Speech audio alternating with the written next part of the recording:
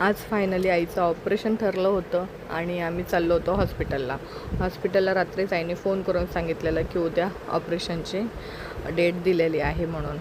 आणि आम्ही हॉस्पिटलमध्ये आलो आणि त्यांनी मला सांगितलं की तुम्ही ब्लड बुक करून या. ब्लडचं सॅम्पल वगैरे घेतलं आणि मातोश्री गंगूबाई हॉस्पिटलमधून निघाले मी.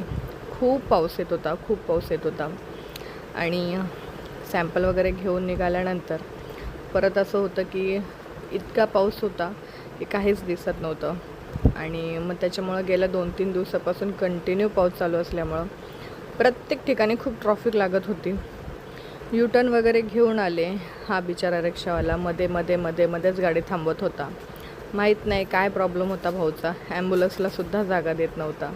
त्याच्यानंतर म्हटलं चला त्यालाही बोलून उपयोग नाही आहे, त्यालाही थांबायचं असेल इथे. त्याच्यानंतर पुढे पण खूप ट्रॉफिक लागली. एवढी ट्रॉफिक होती की इथेच माझा बऱ्यापैकी वेळ चाललेला. आणि ती पावती जोपर्यंत तुम्ही जमा करत नाही ब्लड बुक करून आल्याची, तोपर्यंत ऑपरेशनला पेशंट घेत नाही. 9 पोहोचले आणि ब्लड बँक जवळ येऊन लगेचच मॅडमला सॅम्पल वगैरे दिलं. आणि ह्यावेळेस काही ब्लड वगैरे घेतलं नव्हतं माझं. त्यांना फक्त सांगितलेलं की लास्ट टाईम मी दिलेलं आहे.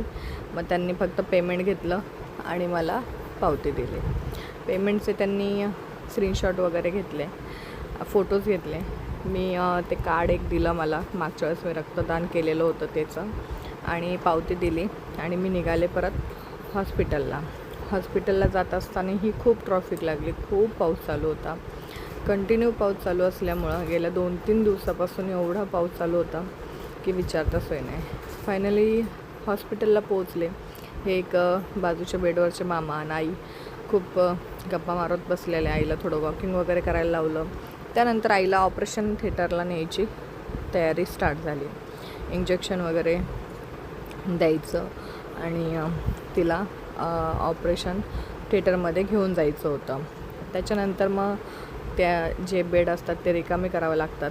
मग आई ते सगळं तिचं चादर जी अंगावरचं बेडशीट वगैरे जे असतं ते घेऊन वरती ऑपरेशन थिएटरकडे निघाली. तिला म्हटलं आरामात जा, व्यवस्थित जा आणि लवकर ये. जाताना आई एकदम व्यवस्थित गेली. ऑपरेशन थिएटरमध्ये आम्ही दोघी खाली येऊन थांबलो. बराच वेळ झाला. सकाळी 11 वाजता आईला घेऊन गेलेले होते, तर संध्याकाळचे 7 वाजायला आले. तरीसुद्धा अजूनपर्यंत काही आम्हाला अपडेट देत नव्हते डॉक्टर लोक. आम्ही पहिल्या माळ्यावर येऊन बसलो पण ते काहीच सांगत नव्हते. फक्त ऑपरेशन चालू आहे असंच म्हणायचं. कधी पायरीवर बसायचो, कधी आतमध्ये.